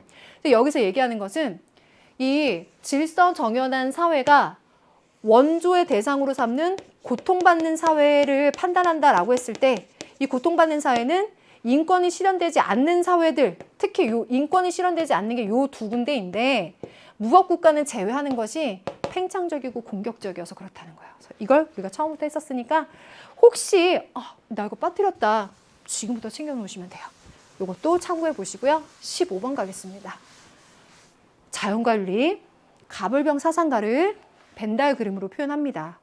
가불병 해서 이제 각각의 입장으로 정리를 해주고 있는데, 갑은 테일러죠. 목적론적 삶의 중심, 의식이 있든 없던 자신의 고유한 선을 실현하려고 애쓰는 지속적인 경향이 있다. 잘 아실 거고, 병번도 먼저 얘기할게요. 생명 공동체의 통합성, 안전성, 아름다움의 보존에 이바지한다면 옳고 생명 공동체의 한 구성원일 뿐이다 라고 말하고 있습니다. 레오폴드예요. 그러면 을번은요, 무생물이라도 자연에 있는 아름다운 대상물을 파괴해버리는 인간의 성향, 파괴적 정신은 인간의 자기 자신에 대한 의무와 대립한다라고 했어요. 을이 칸트인 것도 여러분들 잘 알죠. 근데 제가 여기다 이렇게 체크한 이유는 지난 수능에 자연과 윤리의 칸트, 제시문과 선택지를 생각해 보세요. 제시문도 꼭 보세요. 그 제시문과 선택을 생각해 보면 우리가 열심히 했지만 인간은 인간 자신에 대한 의무를 갖고 있어요. 인간 자신에 대한 의무만. 다른 존재들과 관련해서 갖는 의무를 인간 자신에 대한 의무로 착각하지 말라고 했죠. 그러니 선택지에 B번을 볼게요. 이성적 삶의 주체. 누굴 말하겠습니까? 인간을 말하겠죠. 생명체에 대한 도덕적 의무를 지닌다. 생명체에 대한 이야기를 하고 있는데요. 칸트적인 입장에서 봤을 때 도덕적인 의무를 지닌다라고 하려면 인간이 인간에 대한 의무만 지녀요. 근데 인간이 아닌 혹은 생명체라고까지 확대되어 있긴 했지만 다른 존재에 대한 의무를 지닌다라고는 할 수 없죠. 적절하지 않죠. 그래서 위에 얘기대로 테일러, 칸트, 레오폴드의 구성인데, 이 니은 선택지를 보면 칸트에게 맞지 않는 선택지여서 을만의 입장으로도 맞지 않다라고 하는 걸 최근 기출 한번 생각해 보시면 기본적으로 제외시키는 구성이 될 수 있겠어요. 그리고 나머지 선택지를 봤거든요. 자, 이거를 이게 누구한테 OX, OX 이거 하기 전에 전 선택지 구성을 한번 계속 뜯어봤어요. 뜯어봤더니 특이한 게 이번 시험에서 특히나 주목되어 있는 게 첫 번째 거는 생명체 내재적 선. 두 번째, 생명체들의 가치. 리을 선택지, 생명체의 본래적 가치. 그러니까 2번, 그러니까 15번에 2번 자연과 윤리의 문항 세팅이 테일러, 칸트, 레오폴드인 거는 우리가 많이 훈련이 됐지만 특히나 이번에 주목되는 건 생명체의 내재적 선, 생명체의 가치, 생명체 본래적인 가치 부분에서 판단의 근거들이 있는, 진위 여부를 판단할 수 있는 근거들을 좀 많이 무게가 들어가 있다라고 판단이 들었어요. 그런 점에서 생명체의 내재적 선이라고 한다면 제시문해처럼 생명체들이 갖고 있는 고유한 선, 그렇죠? 이 고유한 선을 이야기하는 테일러의 입장에서 인간이 아닌 생명체들에 대해서 해악 금지의 의무를 우리는 갖고, 해악 금지 원리가 있었죠. 그것은 생명체의 내재적 선이라고 하는 거에 근거해서 판단할 수 있다라고 하는 건 이 중에 테일러만이 예스 할 수 있는 거겠죠. 네. 생명체가 내재적인 선을 가지고 있다라고까지 말하려면 테일러의 구성에서 가장 적절하겠어요. 내재적 선이 생명체에게 있다. 이렇게 제시문에서 이야기하는 고유한 선을 실현하려고 하는 그 경향이 있기 때문에 목적론적 삶의 중심으로서의 내재적 선이 생명체한테 있다는 거예요. 거기에 대한 해악 금지까지 하면 테일러만. 그래서 기억번은 맞아. 그러면 디귿번. 생명체들의 가치보다 생명 공동체의 가치가 더 중요하다. 그러면 레오폴드라고 하는 전일론적인 관점에서 생명 공동체의 가치를 중시하는 입장. 그래서 그 안에 있는 생명체들 자체의 가치보다는 생명 공동체의 가치를 더 중요하게 생각하는 레오폴드의 입장으로 가장 적절하고 이 셋의 구조 중에선 레오폴드만 들어갈 수 있겠죠. 그래서 디귿번 맞아. 그럼 리을번. 어떤 생명체의 존속을 이야기하고 있어요. 그 생명체의 본래적 가치에 의해서 정당화된다라고 하고 있는데 이걸 여러 가지의 가능성을 생각해 보면서 판단을 해봤는데요. 일단 기억, 디귿, 리을에서 이야기하고 있는 그 공통 요소, 본래적 가치 혹은 내재적 선, 내재적 가치가 그 생명체 자체에 있느냐라고 하는 부분을 생각해 본다면 레오폴드의 입장에서 봤을 땐 생명 공동체 자체, 생명 공동체의 가치를 더 중요하게 보고 있죠. 그러니 어떤 생명체의 존속이라고 하는 것이 생명체의 본래적 가치에 의해서 정당화되느냐라고 하기에는 레오폴드 입장에서 적절하지 않겠다라는 판단이 드는 그 가능성의 근거 중에 하나가 레오폴드 입장에선 제시문 자체도 말하고 있어요. 어떤 것이 생명 공동체의 통합성이나 안전성에 근거해서 그것을 보존하는 데 이바지한다면 옳다는 거. 그런 생명 공동체의 한 구성원으로서 그 보존에 전체의 통합성에 의존했을 때 그것이 그 존재가 존속하는 것이 정당화된다라고 보기 때문에 생명체의 본래적 가치에 의해서 정당화된다라고 하는 건 적절하지 않겠다라는 판단이 들었어요. 그래서 이 리을 선택지는 갑과 병만의 공통 입장이라고 했잖아요. 근데 병에게서 빼줘야 되는 구도이기 때문에 리을을 뺄 수가 있겠다. 그러면 기억하고 디귿이 들어가는 2번이 정답일 거고 이제 여기에다가 이 존속 부분이 나와서 이제 출처를 한번 찾아보면서 이것도 한번 가져와 봤습니다. 참고 삼아서 한번 봐주시면 되겠습니다. 이제 앞에 이어지는 얘기 쭉 이어지면서 토지윤리가, 대지윤리가 이들 자원의 변경과 관리 및 사용을 막을 수는 없고 토지윤리는 그들도 존속할 권리가 있음을, 그리고 좁은 구역이나마 자연 상태로 존속할 권리가 있음을 천명한다라고 하고 있습니다. 그래서 이 생명 공동체 안에서 여러분들, 생명 공동체 안에서 여러 존재들이 있겠지만 그 존재들의 혹은 여기서 어떤 생명체라고 했는데 그 존재들이 생명체의 본래적 가치에 의해서만 결정이 된다라기보다는 자원으로 사용될 수 있는 가능성들도 있고 동물도 인간을 위한 자원으로 사용될 수 있다라고 하는 점을 인정하고 있고 그렇지만 존속할 권리가 있고 좁은 구역이나마 자연 상태로 존속할 권리가 있다라고 하는 언급하는 부분도 한번 생각해 보면 이 리을을 판단하는데 또 한 번 보태줄 수 있는 근거가 되겠다. 그래서 리을번을 이러저러하게 근거를 바탕으로 설명을 드려봤어요. 자, 그럼 16번 가보겠습니다. 토론의 핵심 쟁점으로 가장 적절한 게 무엇입니까? 했고요. 동물 실험 이야기잖아요. 신약 개발, 제품의 안전성 검증 등을 위해서 수행됩니다. 수많은 동물들이 큰 고통을 받아요. 동물들에게도 고통받지 않을 권리가 있어요. 을이 동의합니다. 하지만 모든 동물 실험이 부당한 건 아니에요. 동물이 겪는 고통에도 불구하고 인간의 생명과 건강을 위해서 큰 이익을 주는 경우에는 동물 실험의 정당성을 확보할 수 있습니다. 그래서 을의 경우에는 동물 실험의 정당성을 이야기해주고 있어요. 이익을 받을 경우에는.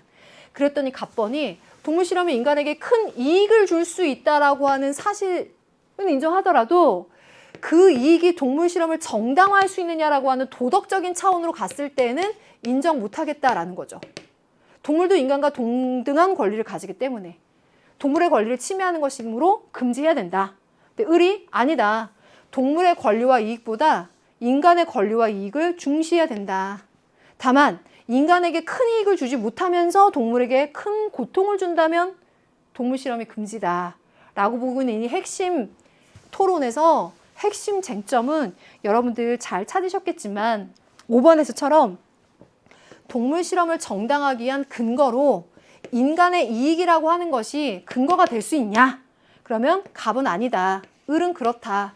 그래서 5번이 정답이고요. 제가 제시문하고 선지 하나하나 다 연결시키면서 다 꼼꼼히 찾아봤어요. 1번, 2번, 3번의 경우에는 모두 허용되어서는 안 되는 경우가 있을 수 있다는 거 두 사람 다 안 되는 경우를 이야기하고 있고 큰 이익을 얻을 수 있다는 것도 이야기를 하고 있어. 동물 실험 과정에서 고통받지 않을 권리가 있다는 것도 이야기를 하고 있어요. 또 네 번째, 인간의 권리보다 동물의 권리를 중시해야 되는가라고 하는 것은 이건 맞지 않는 이야기죠. 그래서 핵심 쟁점은 5번이 정답으로 정리가 되겠습니다. 잘하셨어요. 이런 문제도 하나씩 꼭 나오는데요. 그래도 잘 푸셨을 것 같아요. 17번 가보겠습니다. 가와 나의 입장으로 가장 적절한 것은 가는 사회 통합을 위해서 비주류 문화를 주류 사회에 편입시켜야 된다. 국가 구성원 전체가 공유되고 있는 통일된 정체성을 확보해야 된다라고 한다면은 다양한 문화 정책을 보는 것 중에 특히나 동아주의적인 관점에서 그런 가장 가까운 가능성을 갖고 있고 나번은 이주민의 고유한 문화와 자율성을 존중하고 유지하는 게 진정한 사회 통합이다. 그러려면 다양성을 대등하게 수용하자. 그래서 평화적으로 공존해야 된다라고 하는 거는 그 모델들 중에서는 샐러드 그릇 모델과 같이 대등한 수용을 이야기하는 거. 그러면 1번 선택지 보시면 문화의 통합성과 집단 간 결속력의 관계는 상호 배타적이냐라고 하면 그렇지 않죠. 이 문화가 통합되는 것이 결속력을 높여주는 것이다 라고 보는 것이니까 상호 배타적인 관계가 아니라 긴밀한 연관이 있고 두 번째, 사회제도와 질서 유지는 문화들의 평화적 공존으로부터 나온다라고 했는데요. 이 제시문이 지금 강조하고 있는 게 문화들의 평화적 공존이 아니라 공존의 문제가 아니라 이건 비주류 문화를 주류 사회 문화에 편입시켜버리는 융합을 이야기하는 것이기 때문에 평화적 공존이라고는 할 수 없죠. 세 번째, 자문화 중심주의를 고집하는 태도. 그건 오히려 사회 갈등의 원인이 된다. 오히려 문화적 다양성을 대등하게 수용해야 된다. 이게 정답이죠. 4번, 주류 문화로 통일된 문화 정체성은 사회 발전의 원동력이 된다라고 했는데 오히려 요거는 가번에서처럼 주류 사회 문화에 편입시키는 것에 가까울 수 있는데 나번은 다시 한번 다양성을 대등하게 수용한다라고 했으니 적절하지 않다. 그럼 사회 통합을 위해서 문화 간의 차별 없는 정책과 관용이 필요하다라고 했는데 그러기에는 가번의 경우에는 주류나 비주류에 대해서 시각을 갖고 있고 비주류가 주류에 편입되는 형태를 이야기하고 있으므로 가와 나를 엮기에는 적절하지 않다. 이렇게 정리되죠.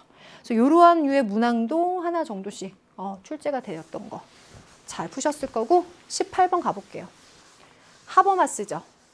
하버마스 문항도 계속 출제가 되었었는데 정답과 오답을 가르는 포인트들이 좀 어느 정도 좀 많이 보였었던 것들이 있고 이번에도 그런 것들과 뭐 영 거리가 멀다라고 할 수는 없겠지만 그래도 조금 더 심층적이고 새로운 부분이 있을 수 있다라고 생각되는 게 생활세계. 하버마스가 체계에 의한 생활세계의 식민지화를 비판하고 그것들을 극복하기 위한 방법으로서 의사소통적인 합리성을 이야기해요. 의사소통적 실천의 합리성이 그것을 극복하는 방법이다라고 얘기하는데 이 제시문에서 강조하는 점을 보니까 그걸 실현하려면 달성된 합의가 최종적으로 근거에 의지해야만 해. 참여자의 합리성 역시 자신의 발언에 대해서 적절한 상황에서 근거를 제시할 수 있는가 여부에 달려있어.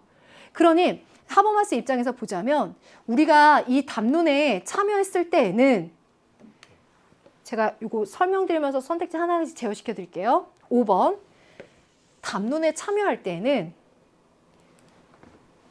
합리적인 근거 제시 능력에 따라서 들어간다라기보다는 언어 능력과 행위 능력이 있으면 이 담론에 참여할 수가 있어요.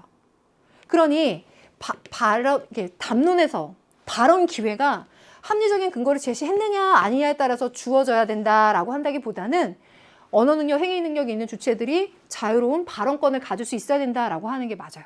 그래서 여기에 근거라는 이야기가 나와서 이 말이 매력적으로 느껴질 수도 있겠지만 맞지 않는 걸로 빼주셔야 되고요. 그런 점에서 이 담론, 토론에 들어오게 되면 우리가 이 토론의 담론의 과정을 통해서 중요한 게 이 의사 공동체 안에서 그 안에서 비강압적으로 서로 조정하고 합의해 나가는 과정이에요. 그러니까 자의적으로 조정할 수 있다라고 하는 것도 적절하지 않단 말이에요.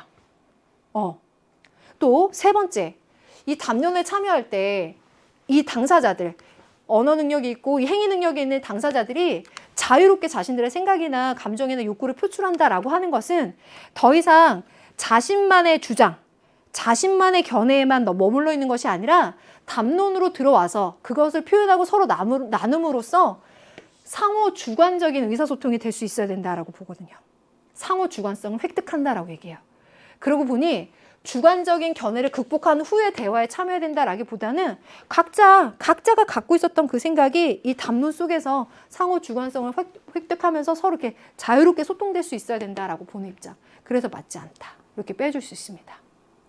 그러면요, 이 담론의 과정이 사람들이 자유롭게 자신들의 의사 표현을 하고 토론하고 그 과정에 논증하는 거죠. 논증하면서 결론을 도달해. 그렇게 해서 사회 구성원들 전원이 모두가 합의를 해요. 그렇죠? 모두가 합의한 것은 절대적으로 참인 거냐? 그렇진 않죠. 각자의 오류 가능성도 갖고 있는 상태에서 들어와서 논증을 통해서 토론을 통해서 합의를 했지만 만약에 나중에라도 그것에 대해서 다시 공론에 붙이거나 그 문제를 다시 얘기할 수도 있는 것이므로 절대적 참이다라고 하는 것은 적절하지 않죠. 그럼 지금 이 논의들에서 강조하고 있는 이 근거를 제시한다라고 하는 것은 담론에 참여했을 때 우리가 이 토론을 하게 되는데 그 토론에 논증적인 대화를 통해서 합의에 도달하자라는 거예요. 그러니 논증적인 대화 속에서 근거 없는 주장을 하는 거는 좀 지양하자, 조심하자. 계속 논증하고 그것에 대해서 서로 설득하고 비판하고 서로 질문하면서 대화하자라는 거죠.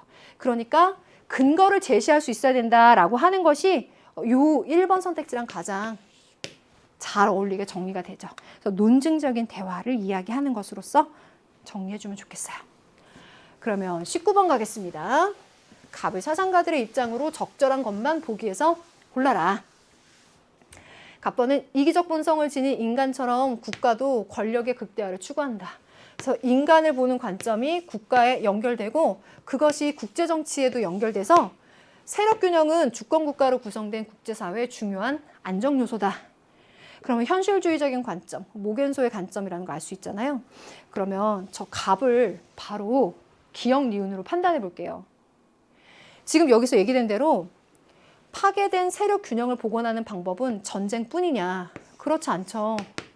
위에 얘기했던 대로 세력 균형이라고 하는 건 주권 국가로 구성된 국제사회의 중요한 안정적인 요소인데 이제 그것을 위해서 동맹과 같은 방법으로도 세력 균형을 이제 복원하게 되는 것이지 전쟁뿐이다라고 할 수는 없겠죠. 그래서 기역번 적절하지 않은 것으로 빼주겠고, 니은번 국내 정치와 같이 국제 정치도 그 본질은 권력 투쟁이다. 맞는 진술인 것이 인간처럼 국가도 권력의 극대화를 추구하고 국가가 그런 것처럼 국제관계도 그렇다는 거죠.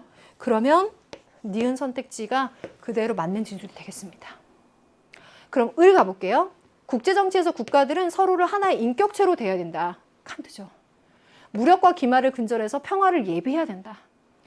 세계시민법은 영원한 평화 실현을 위해서 필수 불가결한 것이다. 그런 칸트의 관점에서 봤을 때는 이 평화를 실현하기 위해서 디귿번 국가들의 자유보장이라고 하는 연맹의 이념이 확산되어야 된다라고 하는 입장 얘기하고 있죠. 맞는 얘기죠? 그럼 리을번 평화 실현을 위해서는 국가 간의 협력이 유일한, 또 유일한이라고 했어요. 맞지 않겠죠? 갑의 관점에서는 평화 실현을 위해서는 동맹과 같은 방법, 세력 균형과 같은 방법들을 이야기할 수 있을 것이고, 을의 경우에는 뭐 국가 간 협력이라는 말이 틀려서 배제한다라는 그런 차원보다는 평화 실현을 위해서 지금과 같이 공화 정치를 가진 나라들이 연맹을 맺고 그 연맹을 가진 나라들이 세계시민법을 따르는 이 관점을 이야기하고 있기 때문에 둘을 엮었을 때 정답으로 얘기할 수 없겠죠. 그래서 니은, 디귿 들어간 3번 정답. 이렇게 해서 3점이네요. 그럼 마지막 문항으로 마무리를 해볼게요. 가의 입장에 비해서 나의 입장이 갖는 상대적인 특징이라 그랬는데 성과 사랑의 윤리 파트에서 가번은 해악 금지의 원칙과 자율성 존중의 원칙에 근거해서 성적 쾌락의 추구를 혼인, 출산, 사랑으로 제약하는 건 성적 자유에 대한 부당한 침해다. 자유주의적인 관점인 걸 알 수 있죠.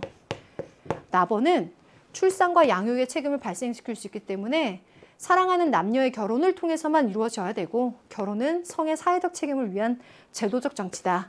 보수주의적인 관점인데 X축, 성적 관계에서 쾌락적 가치보다는 생식적인 가치를 강조하는 정도는 나가 높겠습니다. 또 사랑과 무관한 성적 관계가 정당함을 강조하는 정도는 나는 낮겠죠. 가에 비해서 나가 낮겠죠.